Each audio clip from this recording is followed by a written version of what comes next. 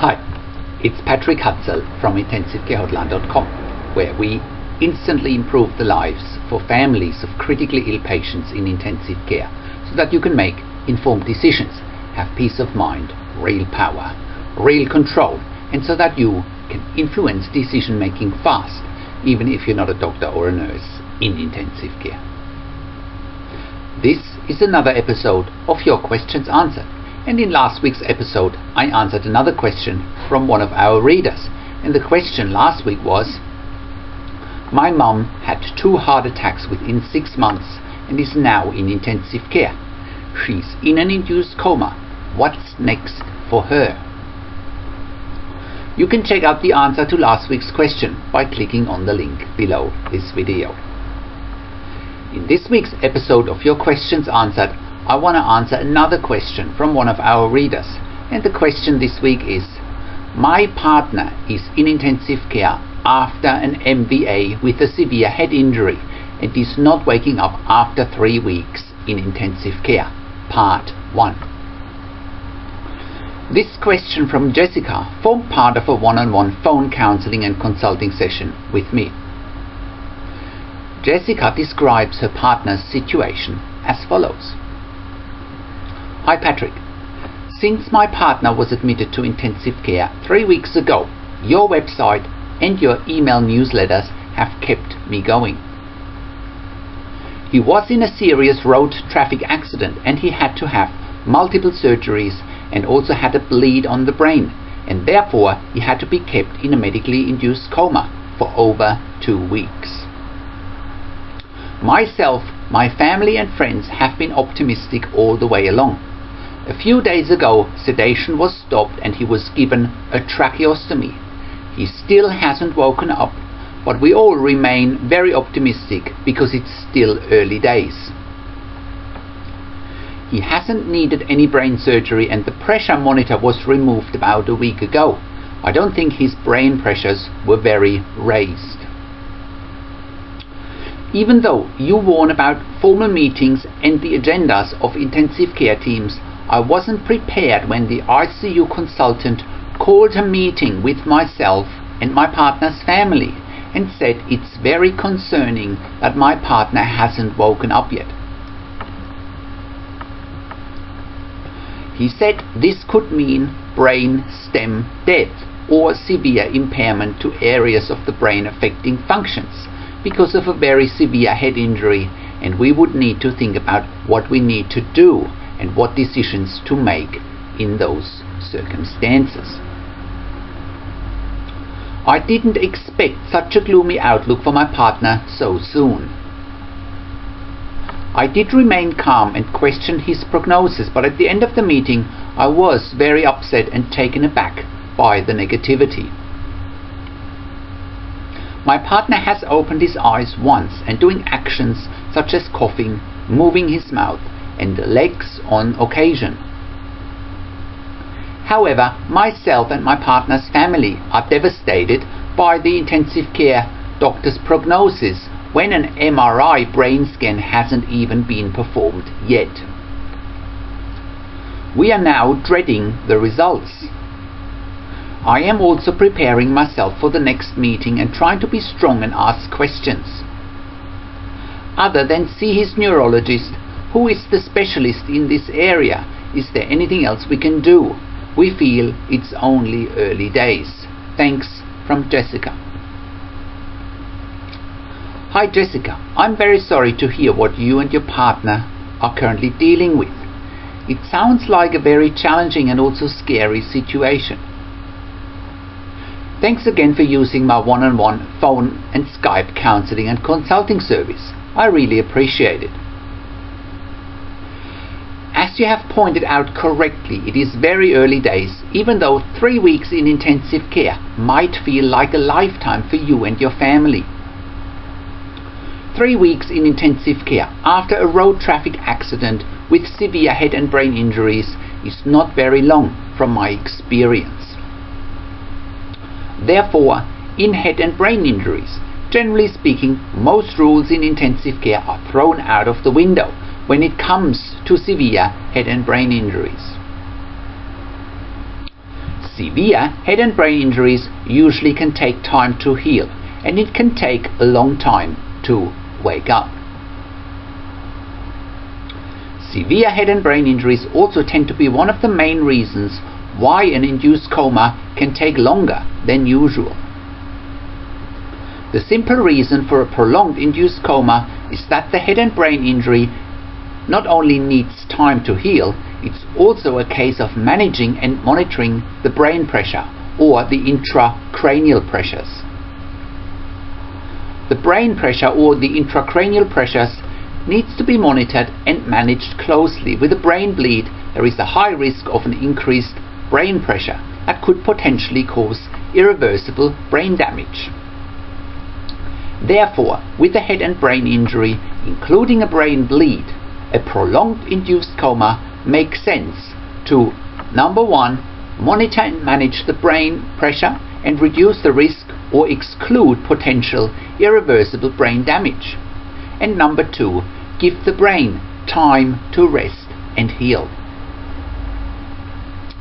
With the prolonged induced coma, it also makes sense to perform a tracheostomy, to use less sedation and less painkillers, and then give your partner a better chance to wake up easier, as with a normal breathing tube you would need a lot more sedation for the induced coma, and therefore waking up might even take longer. Tracheostomies are usually much easier to handle and make waking up after an induced coma easier, and it usually also facilitates an easier weaning process off the ventilator. Another thing that stands out to me is that no MRI has been done after more than 3 weeks in ICU for a severe head and brain injury. It's definitely something you need to bring up with the ICU consultant as well as with the neurologist. This appears to be very unusual, and it's certainly not the norm. I'm almost bound to say that it's negligent for somebody with a severe head and brain injury not to have an MRI of the brain. You should certainly be questioning that approach, and especially since the intensive care team is negative and paints a doom and gloom picture, you shouldn't hesitate to ask for facts rather than negativity. It doesn't surprise me at all that the intensive care team is negative. There are probably many reasons for it, and I will address that a bit later on. It's a good sign that they only monitored the brain pressures for about a week. That's a sign that the brain or intracranial pressures must have been normal by the time they removed the intracranial pressure monitor. But most importantly, let me once again point out to you that when it comes to head and brain injuries in intensive care, all rules get thrown out of the window. By that I mean that you have to keep in mind that the brain has a life on its own, and the brain can't be controlled. All other major organs such as the heart, the lungs, the kidneys and the liver can be supported and controlled at least temporarily in intensive care. Not so with the brain. The brain can't be controlled. Therefore, you need to be patient, and you need to be prepared that waking up after your partner's head and brain injury might take much longer than you expected. How much time does it take? I don't know. However, I have seen some head and brain injury patients for up to 6 months in intensive care, and they have recovered and then gone on to rehabilitation. Waking up after a severe head or brain injury might also take longer because usually critically ill patients with a severe head or brain injury are even more deeply sedated than other patients. Usually more sedatives and painkillers or opiates are necessary to protect the brain and manage the brain pressures, and therefore as a consequence of more sedatives and painkillers being used, waking up can be delayed. But know this: no matter the positioning of the intensive care team, and no matter their doom and gloom and their negativity, time is the ultimate healer when it comes to head and brain injuries. The fact of the matter is that the intensive care team probably has a small interest in keeping your partner in intensive care for, let's say, 6 months, as they will be counting the money. They will be counting the number of days he will be occupying an expensive, scarce and in-demand ICU bed, and so forth. They will also estimate the emotional investment it takes to recover somebody for a long time to come in intensive care.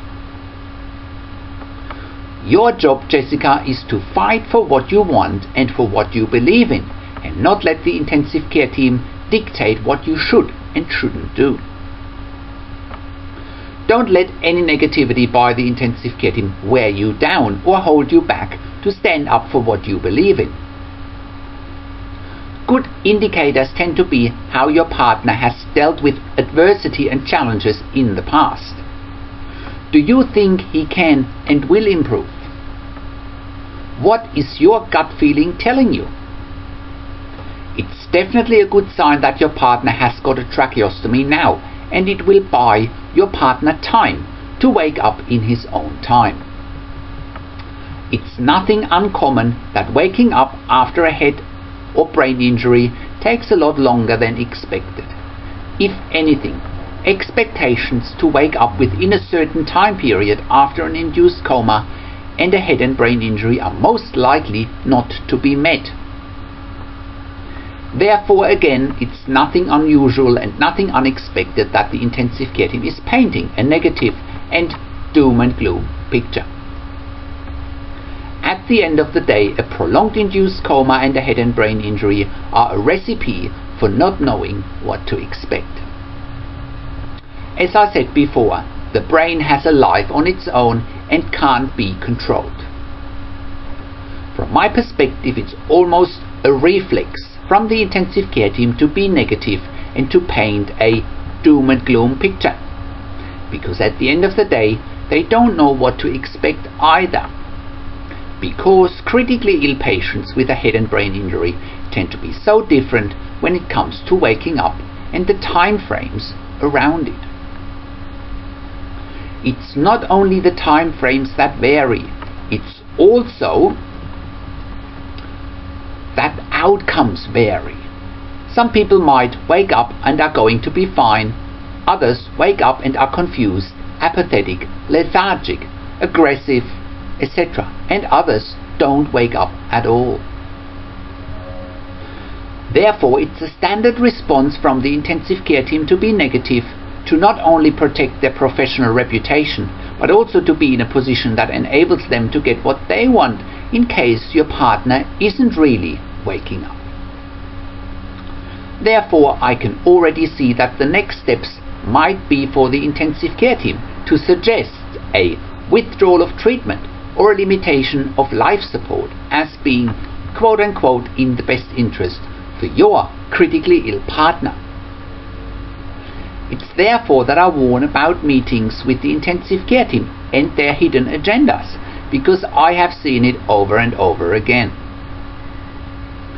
If you are unprepared for this, you might get sold on their agenda by the intensive care team. Intensive care teams can be very shrewd and adept at quote-unquote selling families of critically ill patients in intensive care what they think might be quote-unquote in the best interest of your partner. However, 9 times out of 10, what's happening behind the scenes in intensive care is almost always impacting on how the intensive care team positions your partner's care, treatment, their prognosis and their diagnosis.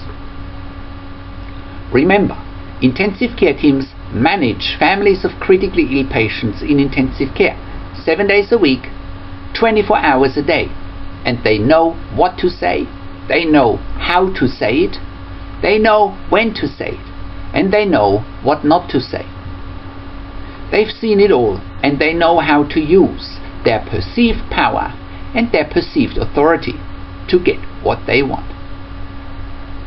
Again, it's a good sign that they've performed a tracheostomy, and it's a good sign that he's doing some coughing, blinking his eyes, etc.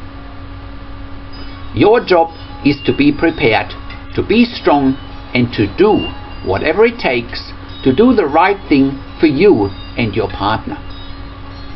But you shouldn't act like 99% of families of critically ill patients in intensive care, who don't make informed decisions, who don't question, who don't do their own research, and therefore have no peace of mind, no control, no power, and no influence. The good news is you are on your way to make informed decisions, get peace of mind, get power, get control, and get influence. It takes a lot of courage, Jessica, to start managing the intensive care team, because most families in intensive care are intimidated by the perceived power and the perceived authority of the intensive care team. But in my one-on-one counseling and consulting, as well as in my ebooks, videos, and audio recordings, you'll find proven strategies that will work for getting the best care and treatment for your partner. Those resources will also help you fight any negativity from the intensive care team, because you are now armed with powerful insider information that you can use to your and your partner's advantage. So I hope that really helped, Jessica. I'm looking forward to speak to you again. So how can you become the best advocate for your critically ill loved one? Make informed decisions, get peace of mind, control, power, and influence quickly, whilst your loved one is critically ill in intensive care. You get to that all-important feeling of making informed decisions, get peace of mind, control, power, and influence when you download your free Instant Impact Report now by entering your email below. In your free Instant Impact Report, you learn quickly how to make informed decisions, get peace of mind, real power, and real control, and how you can influence decision making fast whilst your loved one is critically ill in intensive care. Your free Instant Impact Report gives you in-depth insight that you must know whilst your loved one is critically ill or is even dying in intensive care.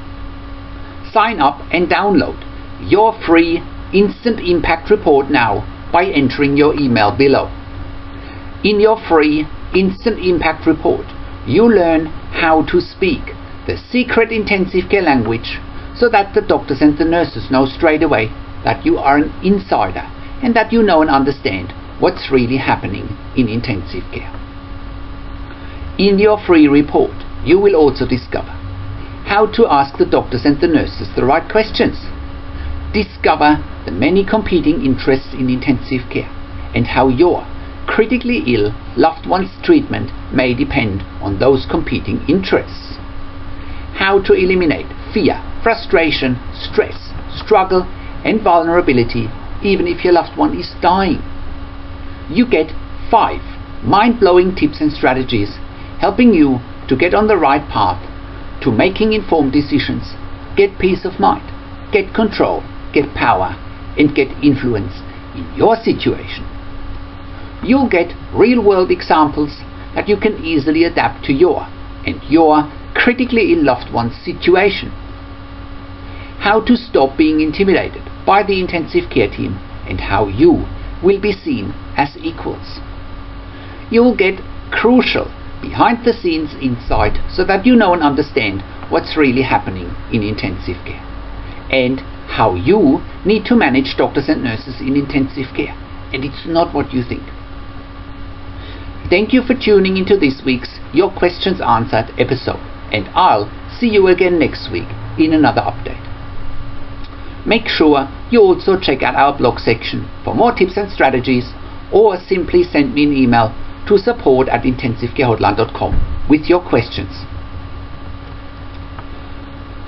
Or you can call us. Find international phone numbers on our contacts tab. Also check out our ebook section, where you get more ebooks, videos, and audio recordings, and where you can also get one-on-one counseling and consulting with me via Skype, over the phone, or via email by clicking on the products tab. This is Patrick Hutzel from IntensiveCareHotline.com, and I'll see you again next week in another update.